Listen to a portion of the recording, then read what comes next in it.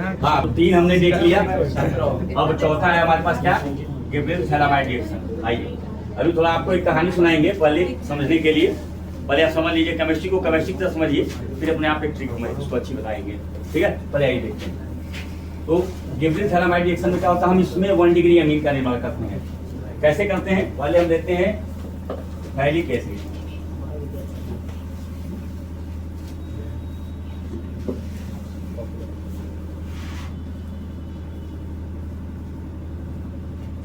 Phthalic acid को dehydrating agent लेते हैं हम, P2O5 फास्फोरस पेंटॉक्साइड। यहाँ पे क्या होगा, डिहाइड्रेशन होगा और वाटर का एक मॉलिक्यूल निकल जाएगा और हमें प्राप्त होता है थैलिक एनहाइड्राइड।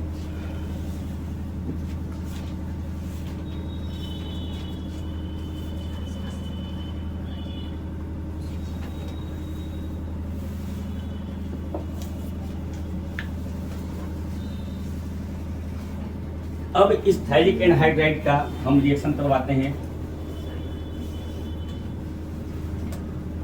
अमोनिया से। अमोनिया को अगर मैं बच्चों ऐसे लिख दूं तो आपको कोई दिक्कत, बोलो हाँ या ना? नहीं। यहाँ से फिर एक वाटर निकल जाएगा और एक ऐसा जुड़ जाएगा, H2O निकल गया और ये हो गया हमारा। फिर रिएक्शन आगे चल रहा है।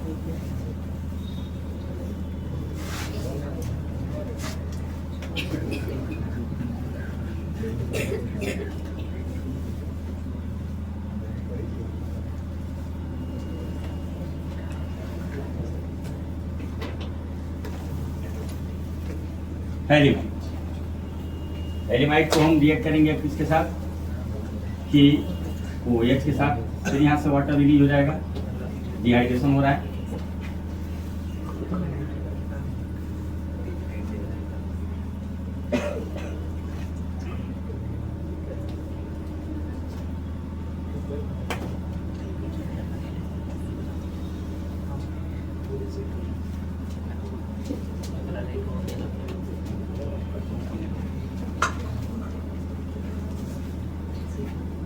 अब हमें जरूरत पड़ेगी एक RX alkyl halide, 1 degree alkyl halide होगा और यहाँ पे निकलेगा KX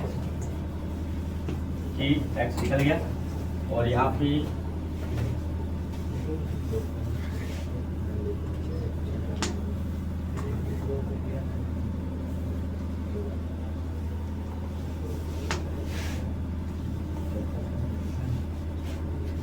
एल्किल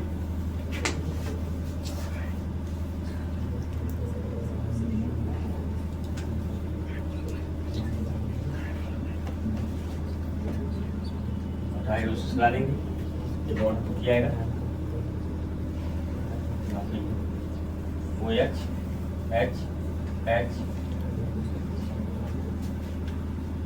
चल जाएगा RNH2 1 डिग्री एमीन और ये हो जाएगा, जिससे थैलिक एसिड रीजनरेट हो गया। ये होता है बेटा गिबरेलिन थैलामाइड रिएक्शन। ठीक है, तो थैलिक एसिड को हमने डिहाइड्रेटिंग एजेंट फास्फोरस पेंटॉक्साइड के साथ हीट किया, वाटर डिहाइड्रेट हुआ, यहाँ से बन गया थैलिक एनहाइड्राइड। इस थैलिक एनहाइड्राइड को हम फिर अमोनिया जी से रिएक्ट कराते हैं और बनता है थैलिमाइड। थैलिमाइड को फिर KOH से रिएक्ट कराते हैं और वाटर यहाँ पे निकल रहा है, डिहाइड्रेशन हो रहा है और क्या बनता है पोटेशियम थैलिमाइड। पोटेशियम थैलिमाइड का 1 डिग्री एल्किल हैलाइड से रिएक्शन कराते हैं हम, बनता है एल्किल थैलिमाइड। फिर इसको वाटर से मेल्ट करने पर क्या बनता है 1 डिग्री एमीन और फिर थैलिक एसिड। ठीक है, तो देखिए नोट कर लें, फिर आपको रिमर टिमर रिएक्शन बनाते हैं।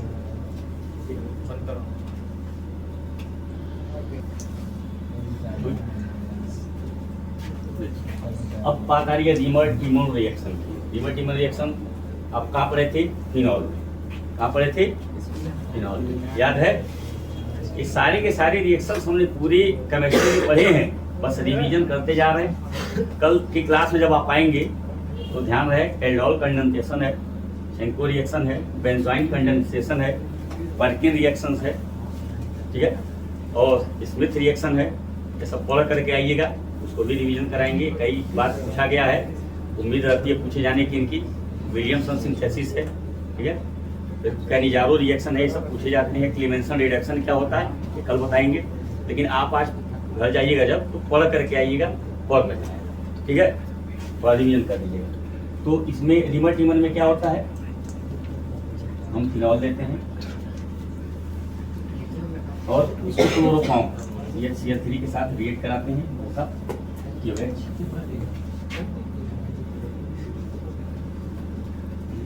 निकल गया। और प्रोडक्ट के रूप में हमारे पास